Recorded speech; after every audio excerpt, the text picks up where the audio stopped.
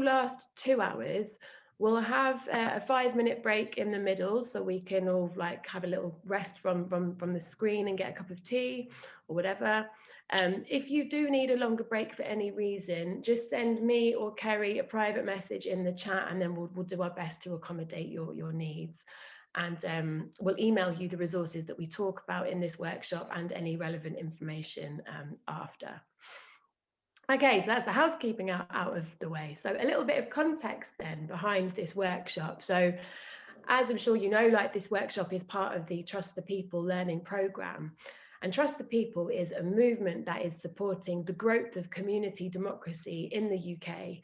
And it was born out of a desire for change. So we fundamentally believe that we can work together to create a society in which all living creatures are able to thrive, in which power is not just concentrated in the hands of a few, and in which we address the climate emergency.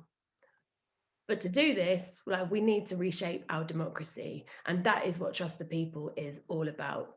So this programme is to help us all learn from each other and to share the skills so that we can work with people in our communities to transform our neighbourhoods. And it has 5 modules. So last week we had personal processing. This week, today, is engaging your community. Next week is group support. Then we've got community assemblies, and then community organising. And then finally project week, which is a new addition to this course, where we've invited lots of people doing amazing grassroots projects to all run some guest workshops, so we can put all of our skills into practice doing some amazing things. But that's not all. We also have a peer support system called the Hive system, which is where we'll put you into little hives. That's like, well, there'll be 8 or 9 of you all engaged in trying to do this work in your neighborhoods, so that you can like support each other with the highs and the lows. I'm in a hive and I get so much out of it. Like, I really can't recommend that enough. So last week then we looked at personal processing, and we worked on how to understand ourselves and understand others, and how to like explore the different factors that make us who we are and the role that identity can play in how we interact with others. So today we're going to build on that a little bit more and see how we can think about engaging with a broad range of people in our communities. So we're going to explore the importance of reaching out to people who maybe we don't normally engage with. And then we'll look at practical steps that we can take to connect with everyone. And particularly during this time of COVID, like, we need to think a bit more creatively about this one now. And there's loads of other amazing resources that you can check out in your own time, and you'll get links to those in the follow-up email as well. So a quick overview of this workshop then. We'll start off in a moment with the personal mapping exercise. So do make sure you've got your pen and paper handy. And then we'll think about active listening. And then we'll move on to thinking about who is in our community. And then finally, what we can do to engage with them. So over to Kerry to kick things off. Thank you very much, Max. And hello and welcome, everybody. I'm going to now go through a wee warm-up exercise to the workshop. I've got a really squeaky bench, so I'm really sorry if it's distracting. I'll try and stay as still as possible. Okay, so we're going to take a few minutes to draw a map of ourselves and our relationship to others. So you want to put yourself in the middle of the page, and then lines coming off your name. And the length of these lines is going to represent your closeness or distance to a person, community, organisation, or group. And you can decide yourself whether you think of closeness as being physical or emotional. And this is to get us thinking about ourselves in the wider ecosystem and the relationships that we have. And it's important to do this because this is a personalised journey. So I have done my own map, which I'm going to share with you now. If Elena could maybe pop up slide showing my personal map, please, Elena. Okay, so you can see I've popped my name in the middle. And the closest line to me is my house, so my husband and kids. And then Open Ormo Community Collective is my local community group that I set up during COVID. And I think this map looks really different because we're in the middle of lockdown. And if I'd done this a year ago, I mean, I didn't have Open Ormo. I also didn't know anybody in my neighbourhood a year ago, hadn't joined Trust the People. And so yeah, it would look really, really different. And it's, so yeah, I'm going with like emotional and time proximity here. So I spend a lot of time working on the community group. I now, after not knowing any neighbours a year ago, and I can't walk down my street without bumping into somebody. So the neighbourhood would be a big deal in my life now. And wider family and friends, because of COVID, have now been pushed right to the edge of the circle, just because it's really hard to see people now. It's hard to stay connected. So that is mine. And if you could stop sharing the screen, thank you very much. Now it's over to you. So I'm going to give you about 3 minutes just to sit quietly, and we'll have we go at writing our own. I'll try and find a phone here so I can time this, but your 3 minutes has already started. My phone is lost. I'll find a timer somewhere here. We can guesstimate it.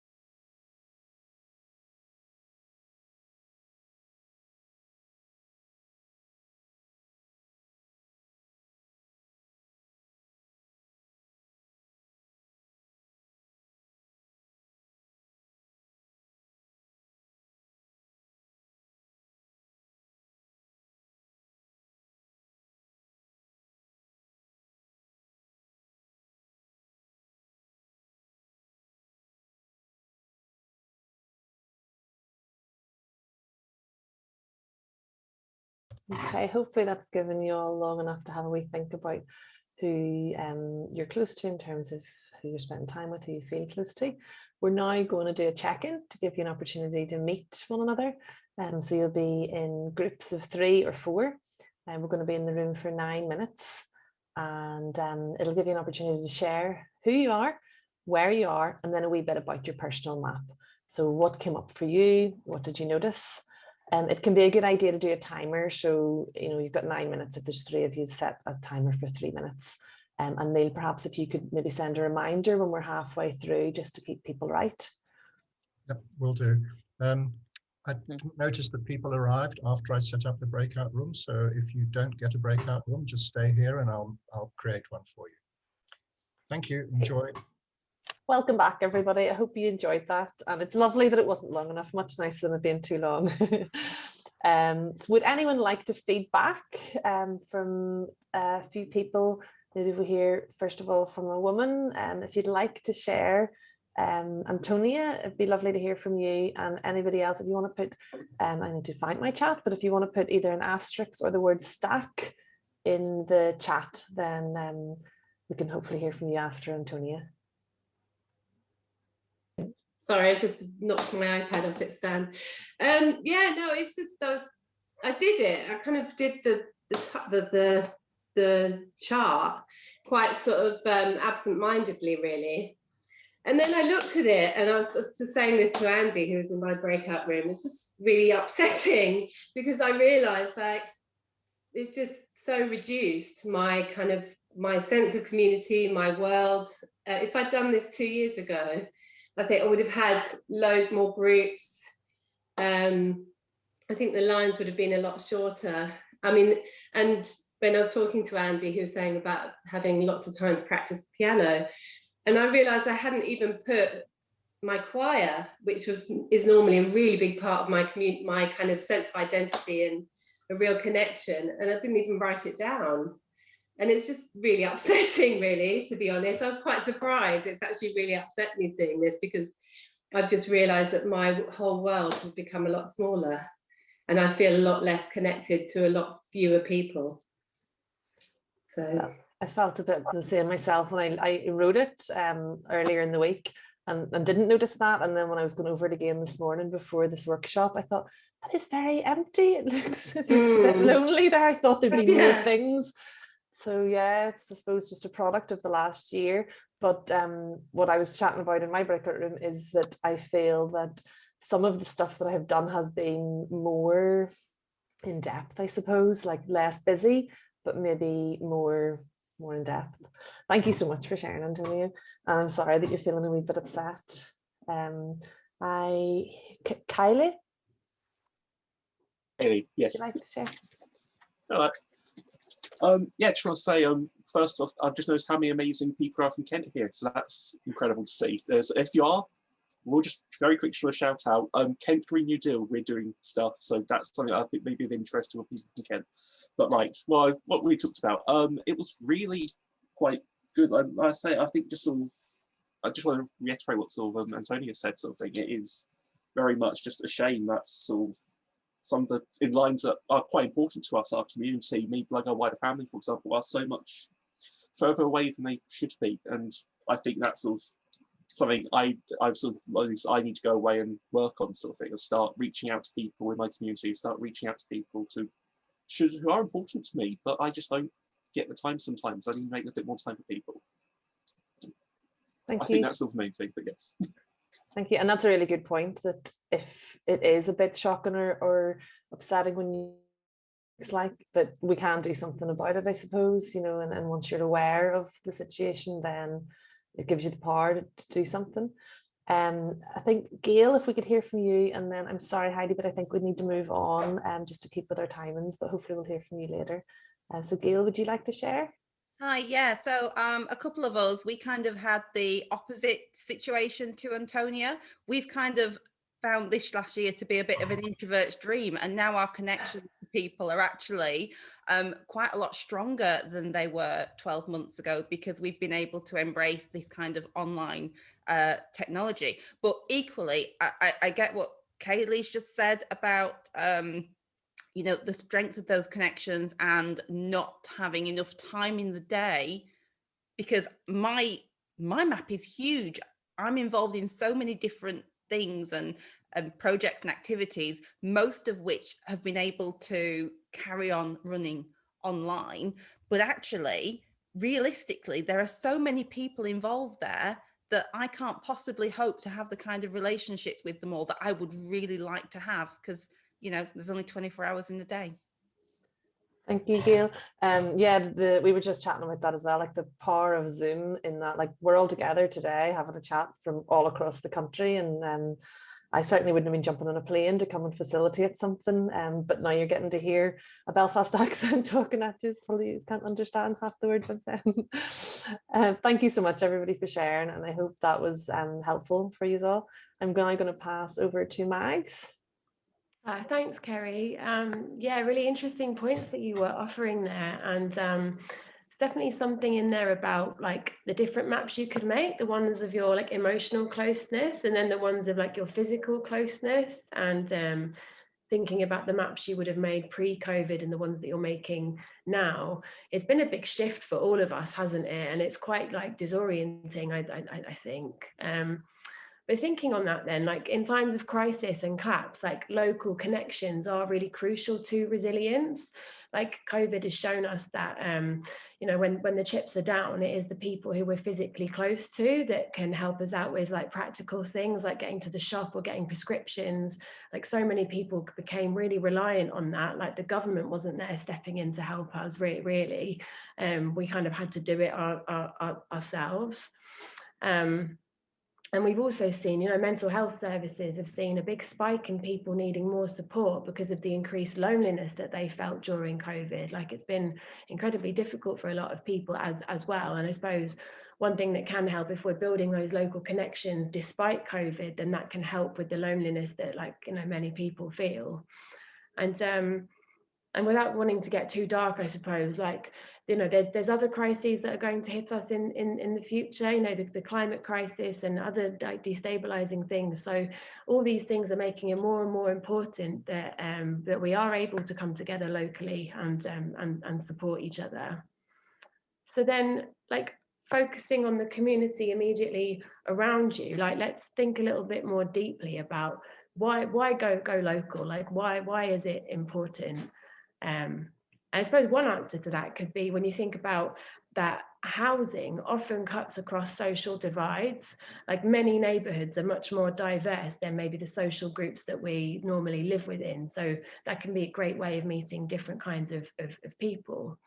And another thing is that particularly today, like now in our society, where we can get really divided on like big abstract political ideas like Brexit or your views on the royal family or like whatever it is. But actually, when you get down to what's important, like most of us want and care about similar things. And organising locally is a great way to discover those things. And you know, sometimes like national or global issues will manifest locally, like the climate is resulting in a lot more flooding now in parts of the country. And whatever your views are on what we should do about like the wider climate crisis, when it comes to local flooding, we're much more likely to kind of agree with each other and find enough common ground to start working well with each other and building the relationships that we need. And you know, a big part of a new regenerative economy will rely on much more happening locally as well. And plus, there's loads of opportunity to bring in people from different groups and communities, because you know every geographical locality has like countless other like, you know, interest-based or faith-based communities within it. So reaching across all of those to bring people together can be a really beautiful thing. And yeah, does anyone else have any ideas on why staying local is important? I think partly because it's easiest. It's very easy to get something going amongst your neighbours and in your street, or at least my experience is that it's easier to do that than, say, trying to do it in a whole area of your town or in the whole of your town. Or it's just much easier to make contact with people and have incidental contact, which is quite often very valuable and very revealing about what's going on a day-to-day basis for people. And you learn so much about, you can learn so much about what's useful in politics by just talking to people in the street and finding out what's happening in their lives.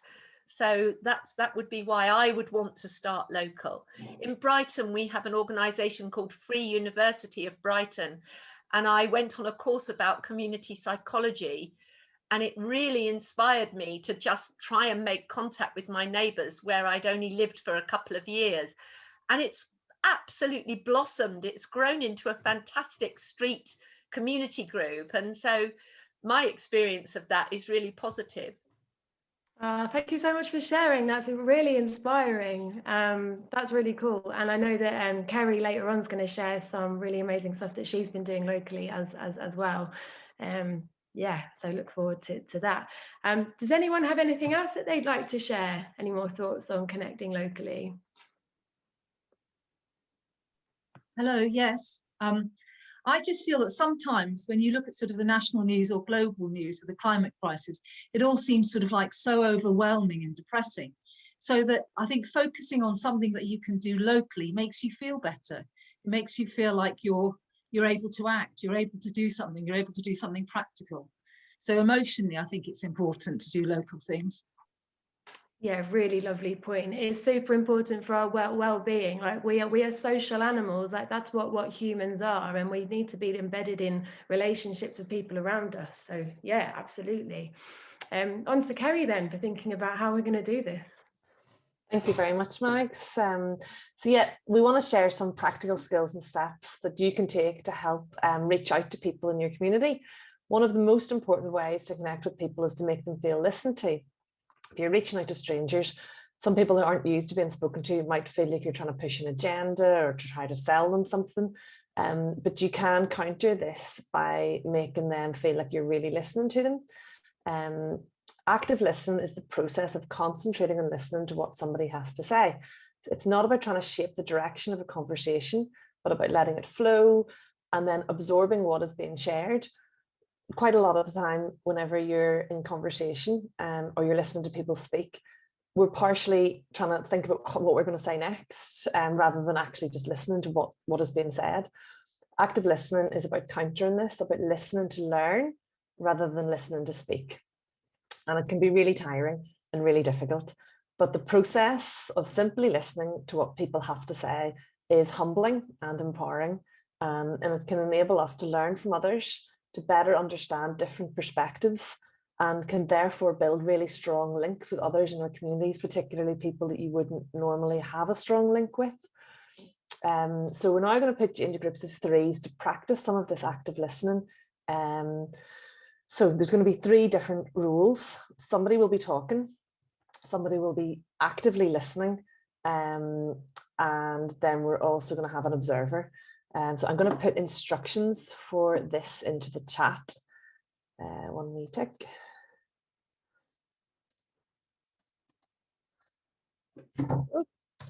So there you go. So 3 rules, which you'll take it in turns over. The speaker speaks to the active listener for 3 minutes, and it would be a good idea to keep a timer so that everybody gets a chance. And you can pick any topic under the sun that you like. The speaker should pause regularly to allow the active listener to reflect back what they have heard. And that can feel a wee bit unnatural, and that's not something that you would necessarily be doing in a normal conversation. It's more about trying to help really cement this exercise in your mind. And the listener then will just reflect back what they heard, maybe summarizing it, but they're not going to continue the conversation on or ask any questions or even give their personal opinion on what has been said, just literally a reflection. And the observer is going to just watch the whole thing and relax. And then you'll switch over. So you will be in the breakout rooms for 12 minutes in total. And there'll be 3 of you in there, and we will hopefully be able to send you some reminders every 3.5 minutes, if that's okay, Neil. And I thought yes, sorry, before I do that, in case anyone's panicking, we are going to do a little practice, myself and Mags, if that's okay. Mags, yeah. What would you like to do? Would you like to chat about something under the sun, or would you like to listen? I've been feeling inspired by what I've seen in the chat, actually, so I might chat about that. Good. Less of my voice. I'm sure everyone's heard enough of it. Okay, so one of the things that also draws me to community organising, I'm a social worker by background, social worker for children, and I just used to think when I was cycling to all the different families I worked with, like how lonely and isolated people were from each other, and just what a waste. Like if all these people were more connected, maybe there'd be less need for someone like me knocking on the door. So the connection could help with the need for social work. Yeah, exactly. It would help, and I think like stronger communities mean that families can raise happier children. It means that we can live lower carbon lives. It means that we can be happier. It's kind of one of those solutions that just underpins so many issues. So yeah, better communities would be happier children and lower carbon. Yeah, I feel heard. Thank you, Kerry. So yeah, as you can see, it's a little bit unnatural, the repeating back. So it's just really just cemented in your mind. And it might be something that you want to use in normal conversations going forward. But if Neil, you could pop everybody into the breakout rooms then for 12 minutes, and I will see you all when you get back. Yeah, most of the groups are 3, so people have got 4 minutes. The sooner you start, the better, to not use up your time. They're just because of the numbers in the total group, a couple with 4, so you need to be even closer on your stopwatches. Here you go. Enjoy.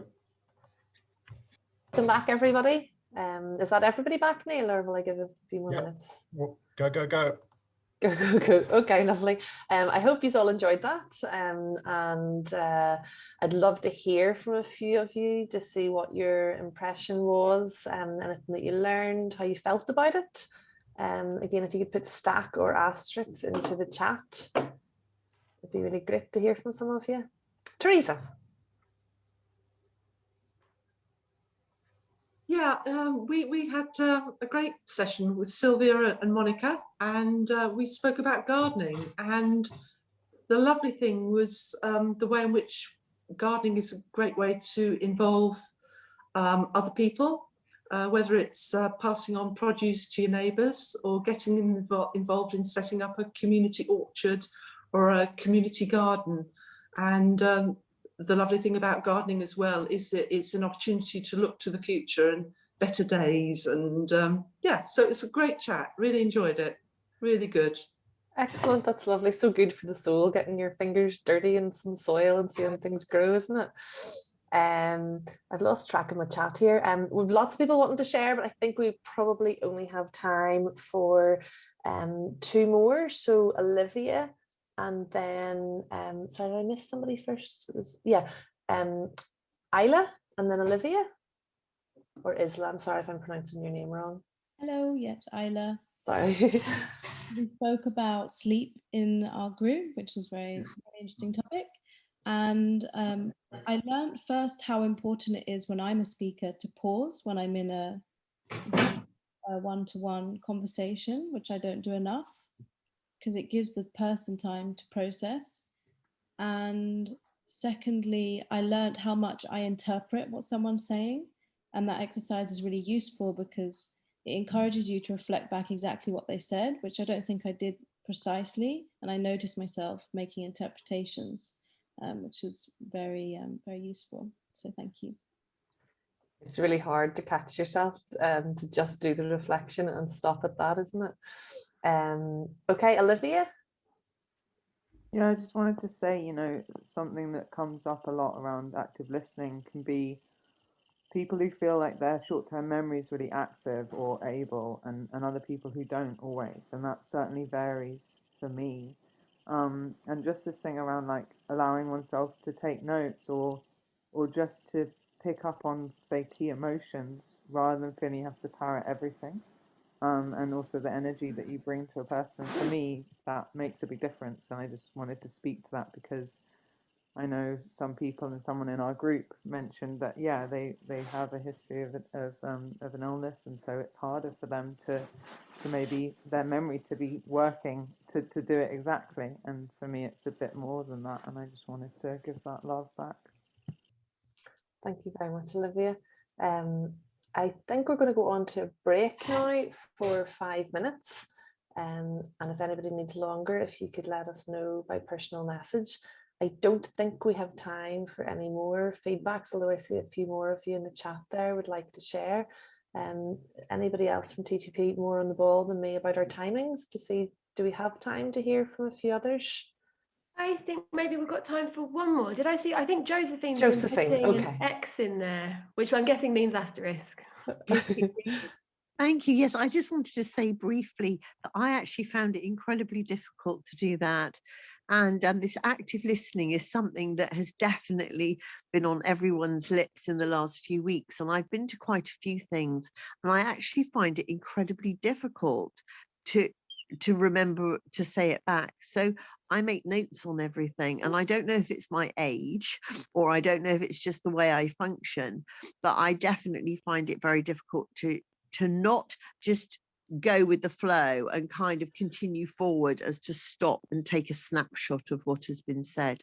So I just thought I'd say that it's really helpful for me to be aware of that and have the opportunity to try and address it.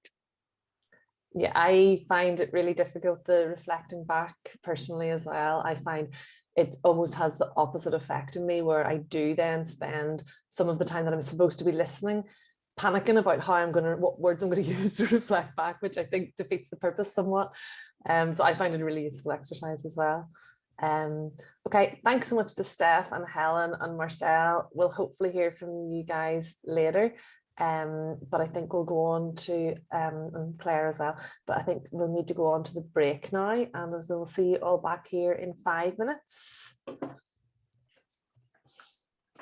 In this bit, we're going to think on who is it that we're reaching out to, and how can we do this, like particularly in lockdown, and particularly to those who might not be in our immediate networks.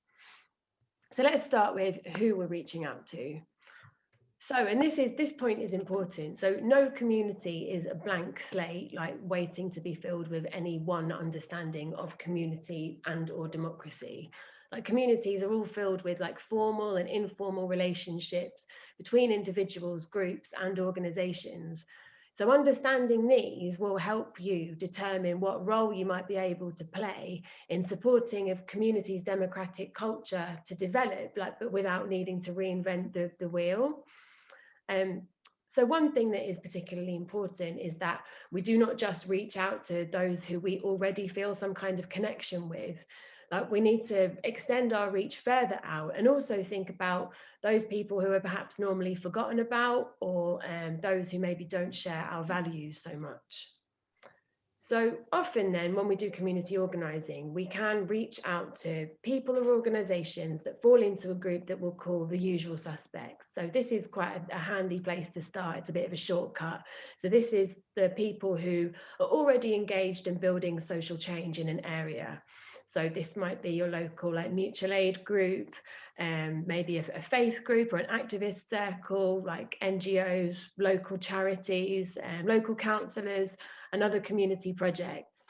So these people is kind of like pushing an open door. If you contact them wanting to do a community thing, chances are they'll be quite easy to sort of bring on with you. Elena, are you happy to share that slide? So this slide has got some organisations that might have some local chapters in your community. So yeah, it can be really useful to connect with these. And this is just a couple. You'll get this email to you as well, so don't worry about writing it down or anything.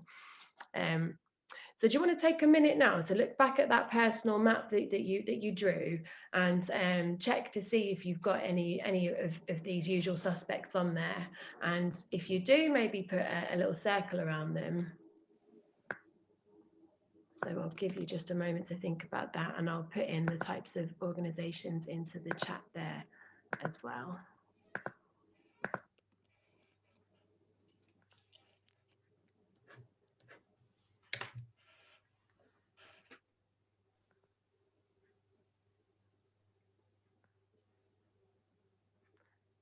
So now then, let's have a think about who is missing.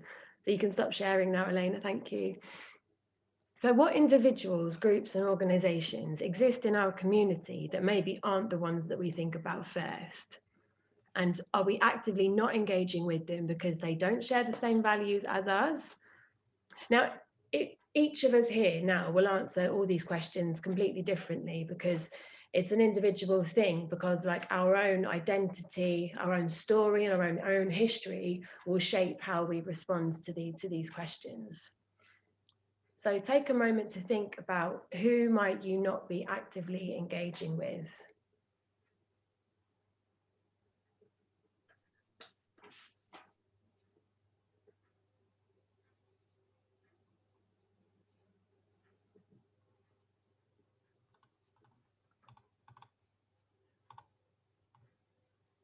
Mags, Yeah.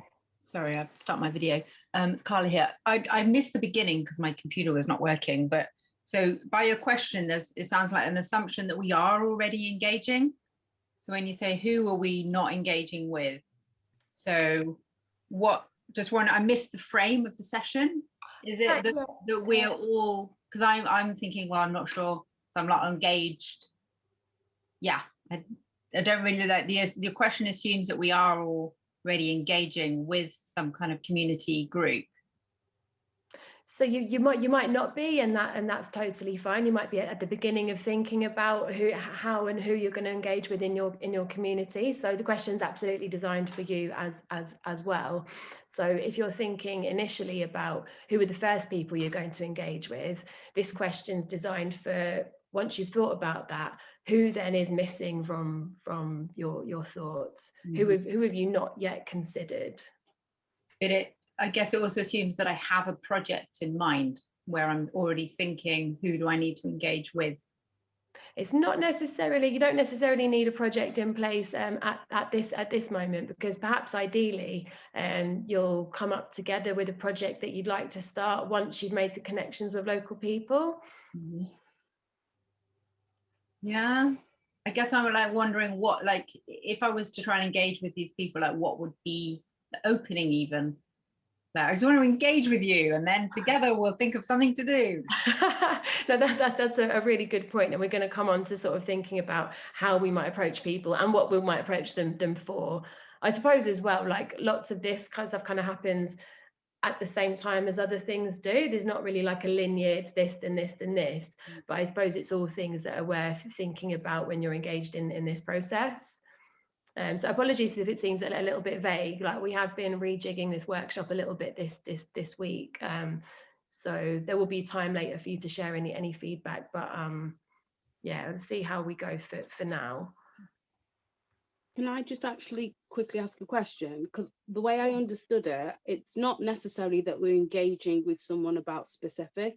I thought it was just if we're basing it on our already who we've got connections with, I kind of thought that we were just building on, because we're humans and we socially are interacting with people, whether we want to or not.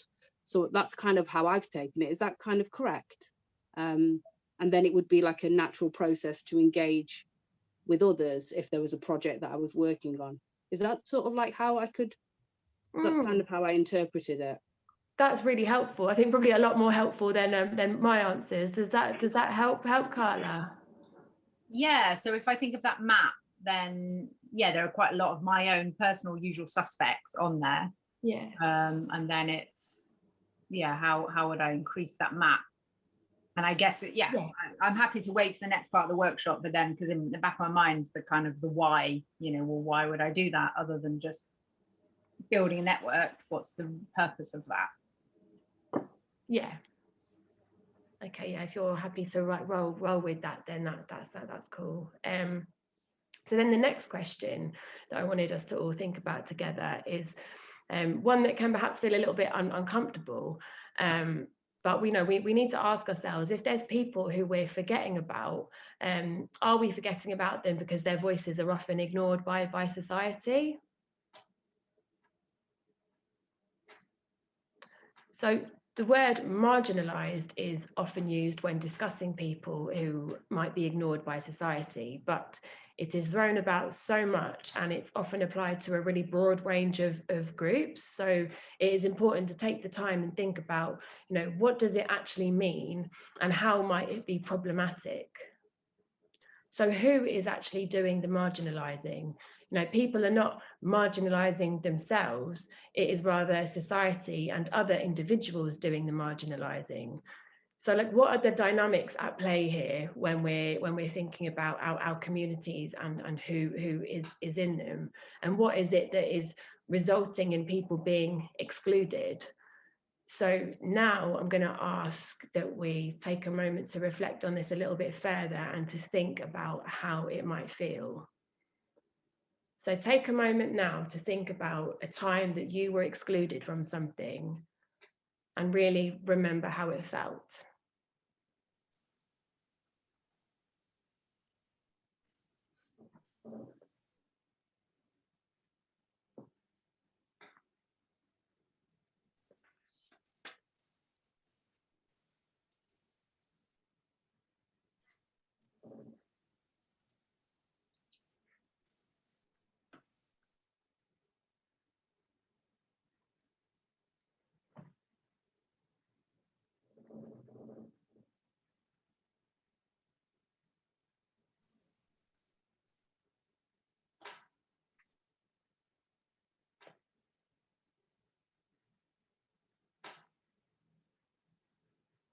I've got lots of care for all of you right now, sitting with those feelings. Like, good on you. Now I'd like to ask you to think about a time that you were involved in something that someone else was excluded from.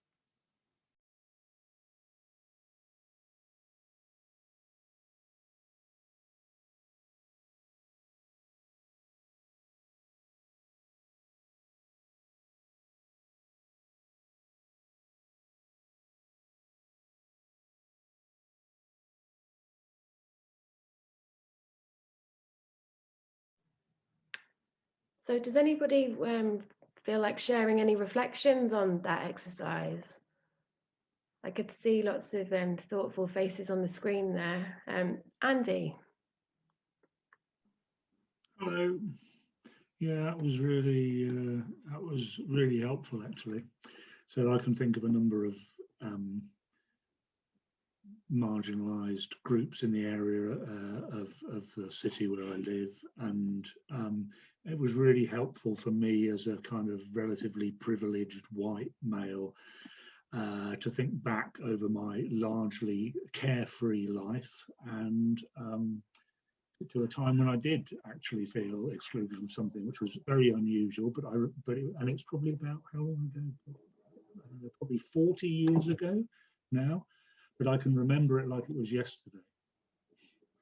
So that's a really powerful thing, and it speaks to the impact of people being excluded in the way you describe. And the only other thing I wanted to say was, I think this is at the root of so much of the trouble in our sort of argumentative, strife-torn country at the moment, because people can be marginalised perhaps in obvious ways.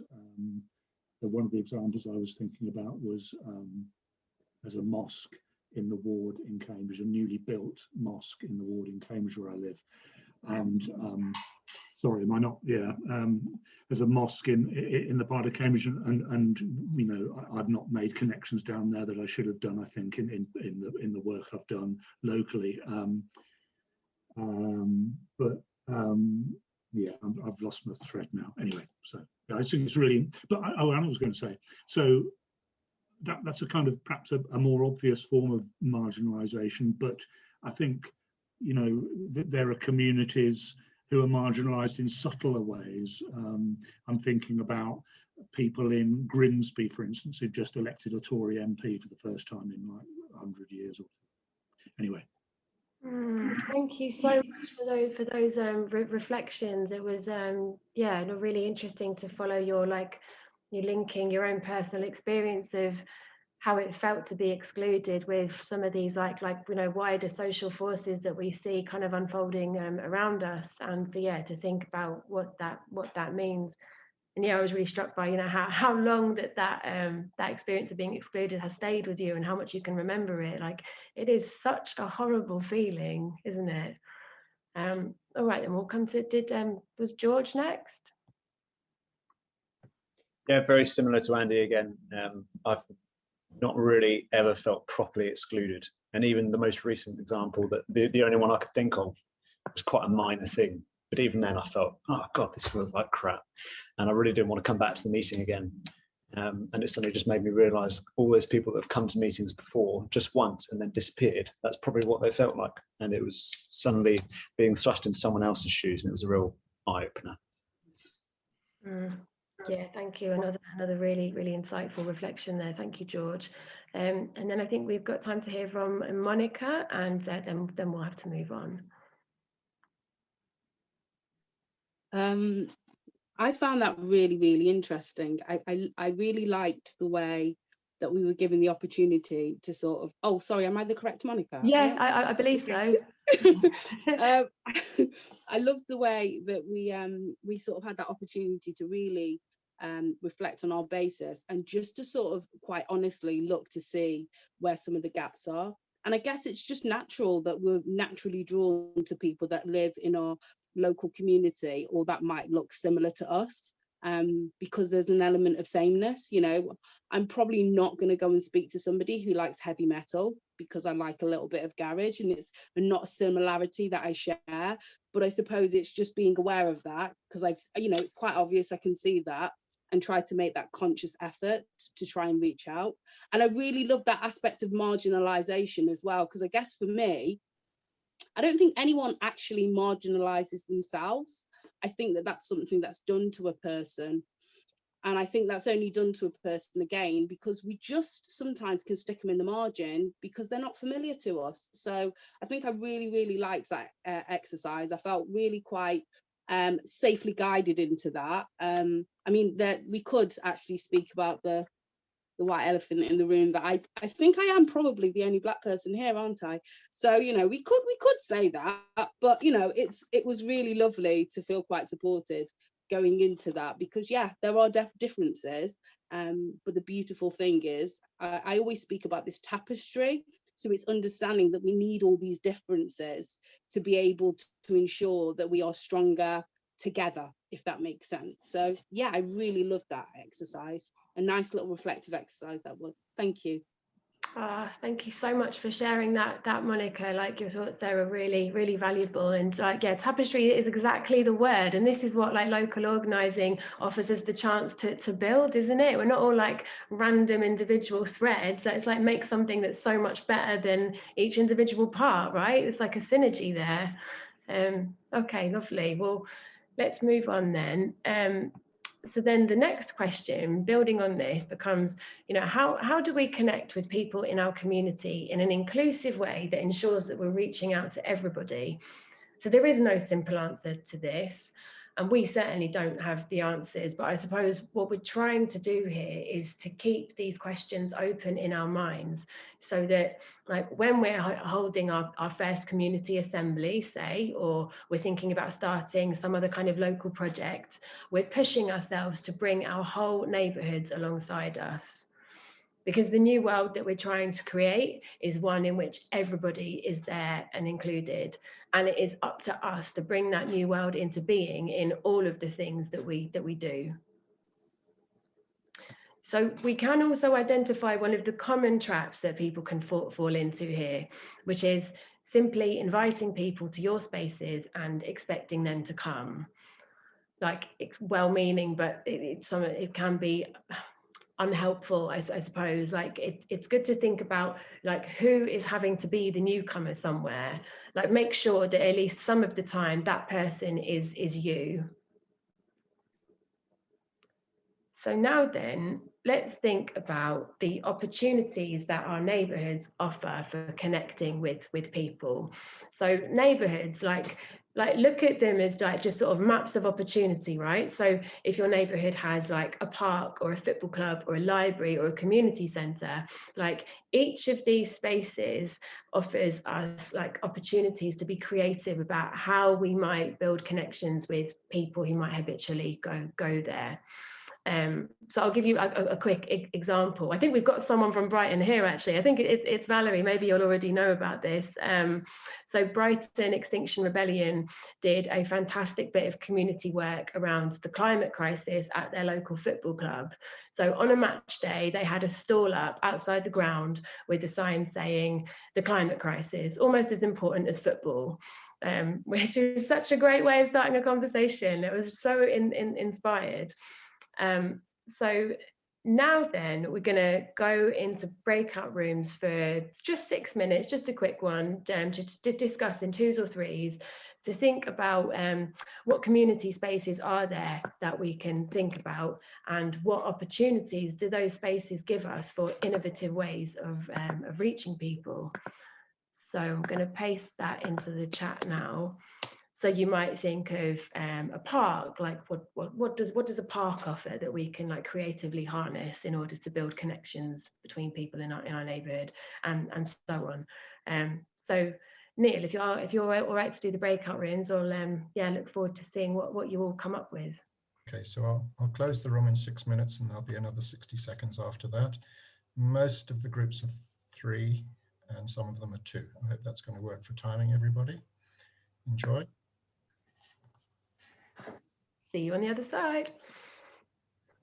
Okay, welcome back everyone. Hope you had some good chats there. Does anyone feel like sharing what you discussed in your group? Just pop a stack or an asterisk in the chat, or even put your hand up. Kaylee. Yeah, sorry, I couldn't get the chat up, so I just quickly went back. Right. Something we sort of discussed was around sort of some of the people maybe sort of where we live sort of thing, for example, may not seem like that traditionally sort of into sort of the ideas of like sort of more sort of social projects, for example, sort of maybe sort of more richer, affluent people. For example, the ward I live in sort of thing, if I go a minute that way, I'll find Bentleys on driveways and things like that. If I go a minute that way, you're in the bottom 15% of the poorest areas in the UK.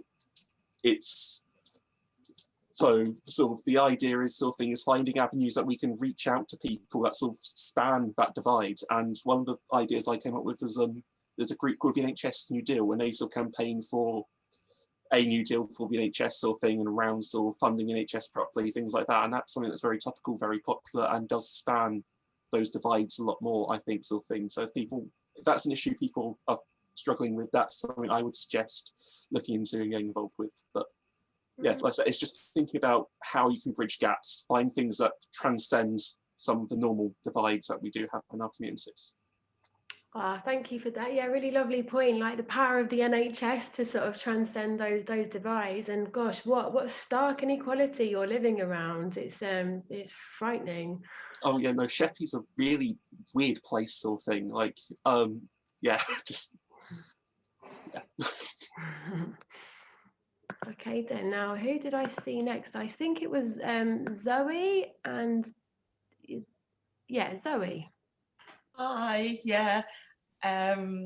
Love this one. I have a lot to talk about because working in the arts is going to be creative, and so it's a number of projects talk about the Window Wonderland, and as a being in community space, not necessarily about space being all together, but it's like how that space could be shared virtually as well.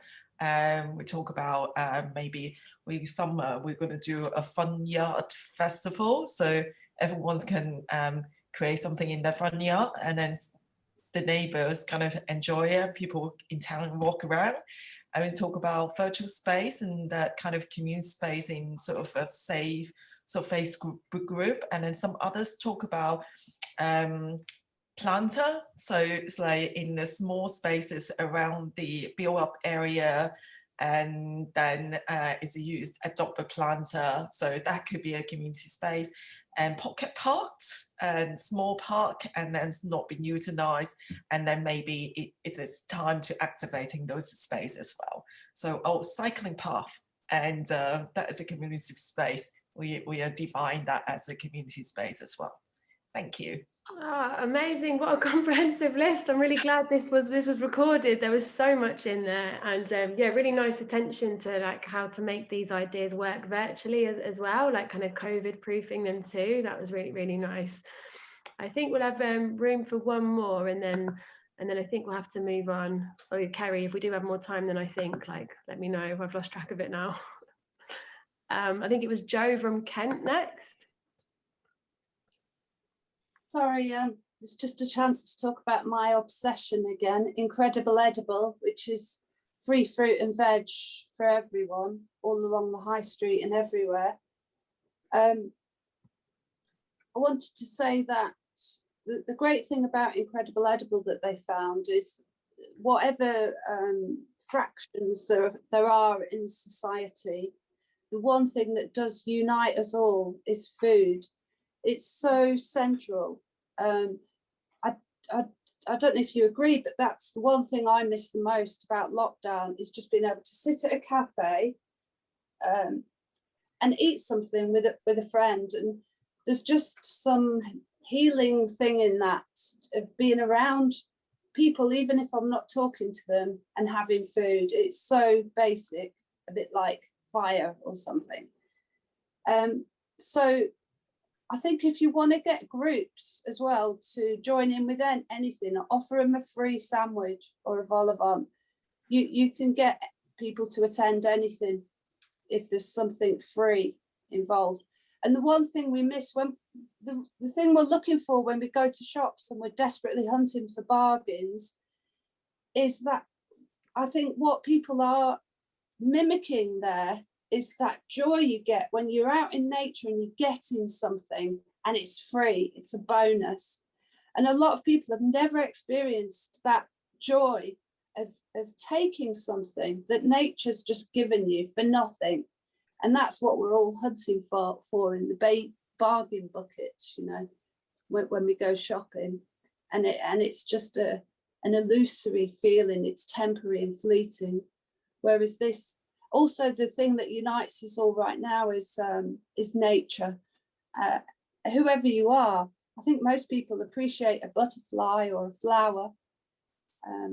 And this is one thing that really can unite all communities. I have groups of all different politicians, but when we talk about nature, we're united and we're all one.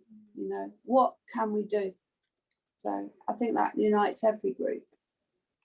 Really great points, Jo. Yeah, absolutely. Like breaking bread with people, there's like what common humanity thing is there that helps us to connect with each other. And just as you're talking about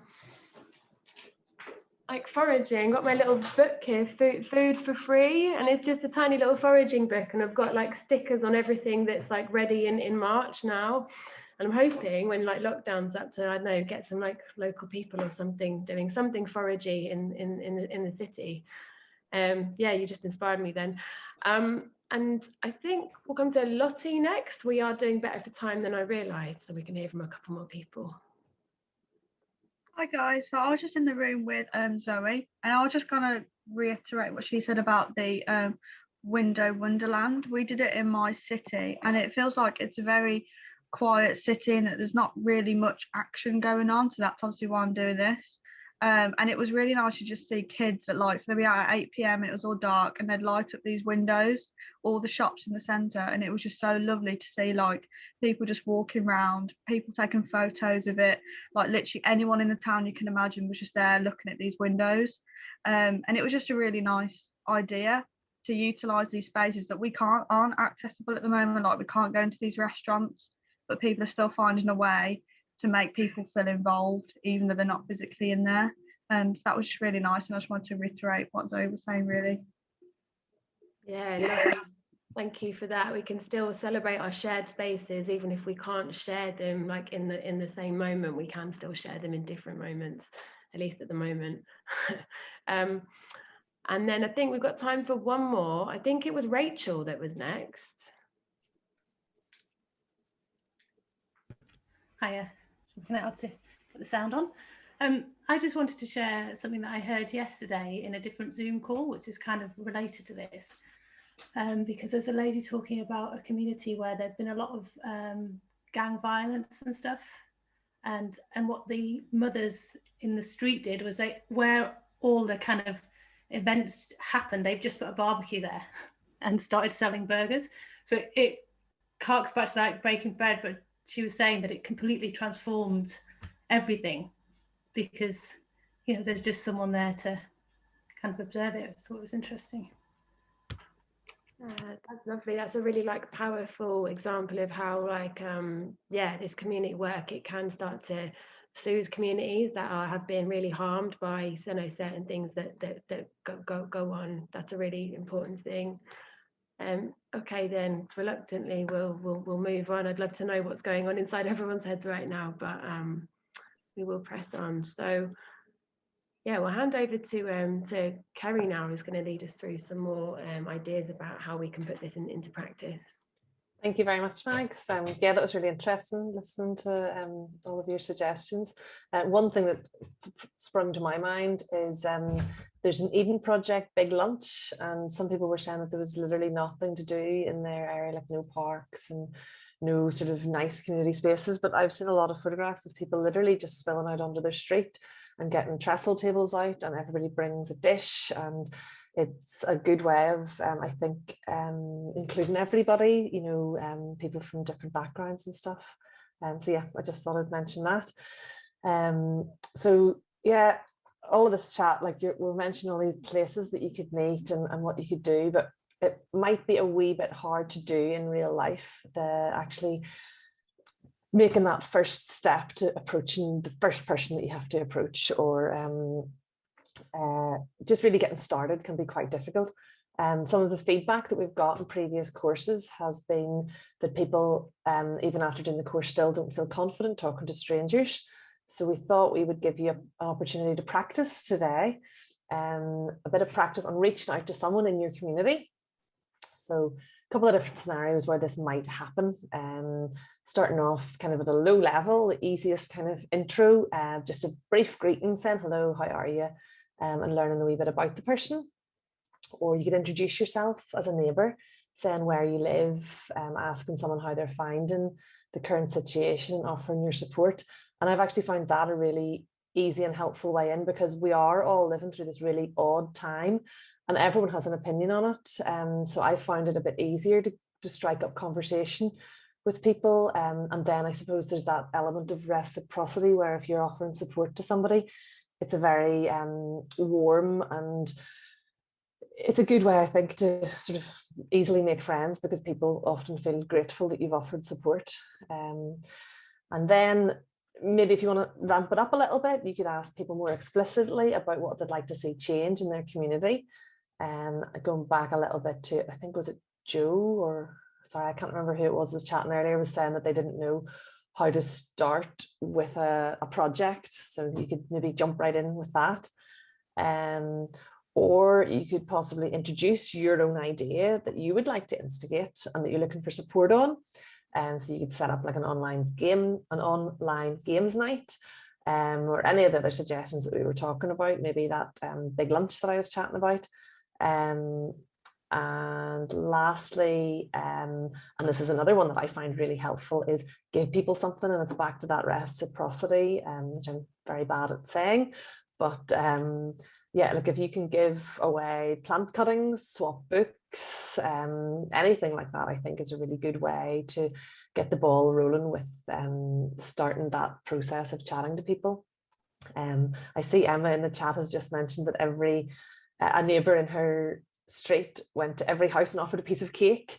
So, you know, baking a cake doesn't cost that much, doesn't take that long. And how lovely would it be if you answered your door and your neighbour was handing you a bit of cake. In Belfast, where I'm from, I think I mentioned earlier in the call, I literally knew nobody a year ago. Like, not one person didn't even really appreciate that I cared that I didn't know anybody, if that makes sense. I just never really thought about it.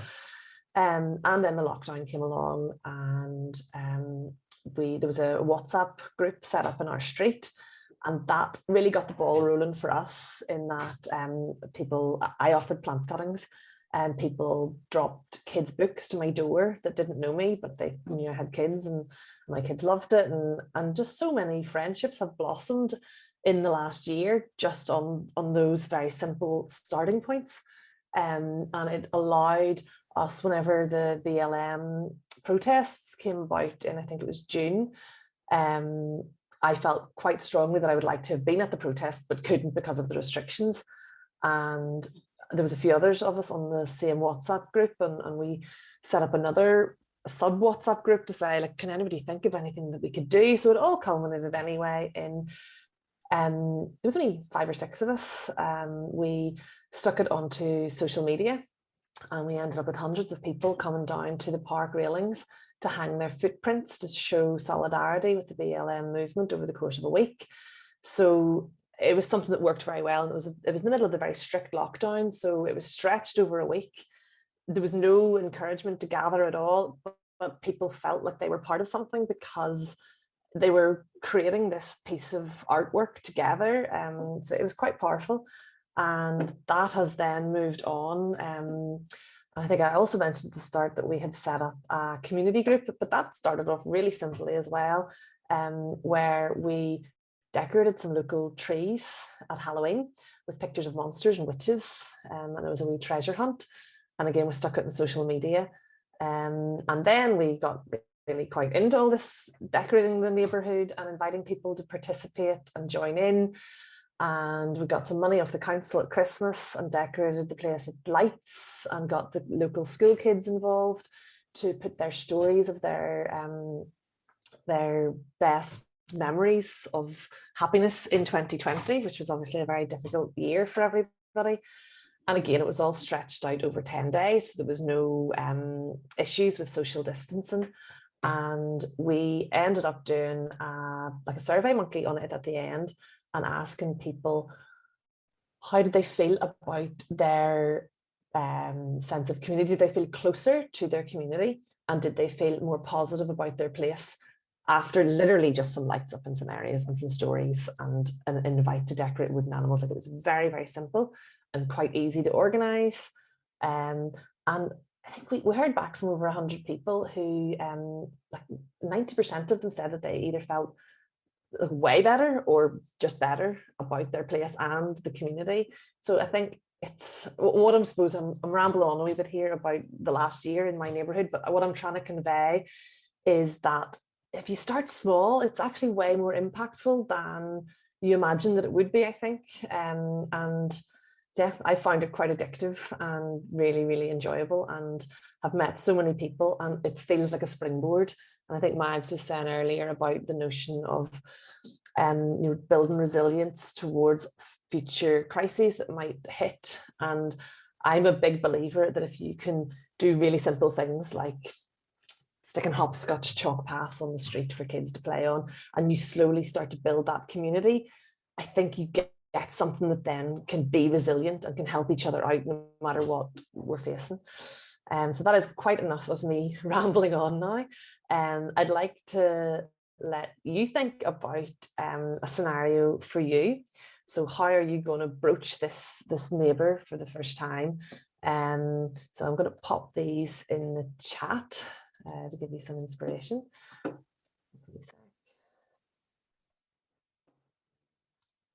Okay, so saying hello to a neighbour, someone on your street for the first time, asking someone to help out in a community project, or offering someone something or your help. And I think I haven't rambled on too long, that we will do a wee example of this. Mags, if you would like to either be a suspicious neighbour or try and chat to a suspicious neighbour. You don't have to be suspicious, but go on, I'll be the neighbour then. Do you want to chat to me? Okay, so hello, how are you? Hi, I'm okay. You? Yeah, I'm good, thanks. It's a bit random, but would you have any use for any willow sticks at all? Like, you could either make a wreath with it at Christmas, or you can actually just plant it right into the ground if you have any space in your garden or anything. I do keep meaning to plant something. I don't really get round to it. I mean, is it difficult? No, it is seriously the easiest thing in the world, and that's why I'm trying to get rid of it. I have this willow dome in my garden and it's completely out of control, so I've given loads to all the other neighbours, and I saw you passing, and I thought maybe I had an opportunity to try and give somebody else some of it. It grows so easily. You just pop it in, keep it watered, and like, it will definitely grow for you. It's great stuff. Oh, well, that's lovely. So what's your name? Yeah, sorry. My name's Kerry, and well, you know where I live. And you live locally too, don't you? Yeah, I'm on the street around the corner from you. I think I've seen you around with the little ones, isn't it? Yeah. What's your name? Mags. Mags, cool. Well, like, if I drop you around a little bundle later, would that suit? If you end up throwing it in the bin, like, do not worry about it at all. It's totally fine. But yeah, you could maybe use it for something if I drop it round to your house later. That would be lovely, Kerry. It was lovely to meet you. Thank you so much for offering. All the best, thank you. So yeah, bit random there. Would be much more in context if I was actually outside my house holding some willow sticks. So now we're going to put you into pairs and let you take it in turns practicing your scenario. And if you're the person practicing, think about how you go about striking up the conversation in the first place, and how do you make sure that you learn a wee bit about the person you're connecting to. As you can see, I completely failed to even ask Mags' name before trying to fob her off with some willow stick. So don't do that. Be more interested in the person you're talking to than I was. And also try to be upfront about why you're speaking to the person. I think people appreciate honesty. And if you're the person taking on the part of the stranger, then think about different ways that people might respond. So like Mags, you might start off being a wee bit suspicious, a wee bit sort of cold, or you might have some questions. So whatever way you like to do it, just remember that we're trying to help each other feel more confident when talking to strangers. So you might not want to be overly suspicious in case you put your poor person off that's meant to be practicing. So we want to all feel good about this session at the end. You're going to be in breakout rooms for 10 minutes. That gives everybody 5 minutes to do their scenario. And Neil, if you could put a reminder on after 5 so you know to switch.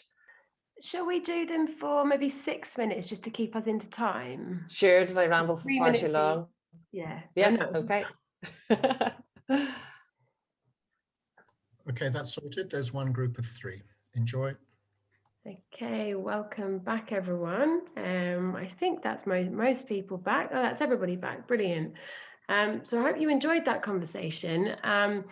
Now, we have run over time a little bit. We're just going to keep you for about 90 seconds more. So apologies for that, but we just weren't anticipating that the quality of all of your inputs would be so high that we'd get distracted and forget to keep an eye on the running time. So you can only blame yourselves. So just to round off the session then, let's have a very quick think about something that you might do in the next few weeks to connect with people in your community, and write that thing in the chat, but don't press enter yet. I'll give you a few seconds to do that. And it could be anything. It might be the baking cake idea, or perhaps it will just be smiling at the next person you see next time you're walking to the shops. Who knows? But yeah, type it into the chat.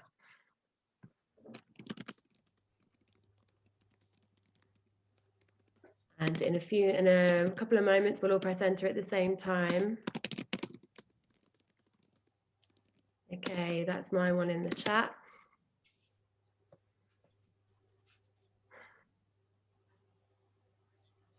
Just imagining you all typing furiously. Right, okay, are you ready? 3, 2, 1, press enter. Look at all the lovely things that are in that chat now. Fantastic. Fantastic, everyone. Litter pick. Connect with people you already know, offering plants, sharing seeds, smiling. This is wonderful. This is a lot of neighbourhoods that are all going to be better places to be around, thanks to all you wonderful people. So yeah, huge thanks for spending this Thursday morning with us. It's been a total pleasure, and we'll hope to keep getting to know you as the weeks of the course go on. So yeah, with that, enjoy the rest of your Thursdays, and goodbye everyone. Thank you so much, everybody. I have goosebumps from reading all of your suggestions. Yeah, me too. Thanks, everyone. Goodbye. Bye. Bye all. Bye. Bye.